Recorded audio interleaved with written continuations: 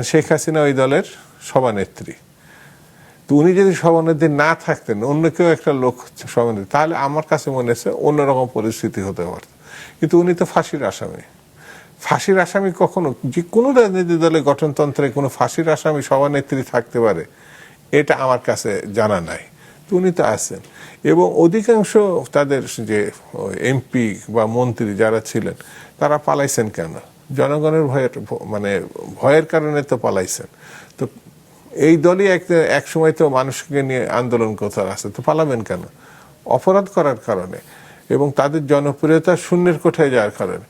তারা রাজনীতির অধিকার, অপরাধী তো রাজনীতির অধিকার চেতে পারে। আমার ধারণা যদি কোর্ট বলে যে না এটা নিরপরাধ, ওদের এখন বিচারের মুখোমুখি হতে হবে, নিজেকে পরিশুদ্ধ করতে হবে, তারপরে রাজনীতির কথা ভাবার। প্রেডিকশনটা কি আগামী দিনে তাদের রাজনীতি নিয়ে আপনার? এখনো পর্যন্ত কোন রকম সম্ভাবনা আছে? এখনো পর্যন্ত তারা যেভাবে চলছে, যেভাবে বক্তব্য দিচ্ছে, তো আমার কাছে মনে হয় এখনো তারা ভুল পথেই চলছে। তাদের সম্ভাবনা এখনো পর্যন্ত শূন্যের কোঠায় আছে।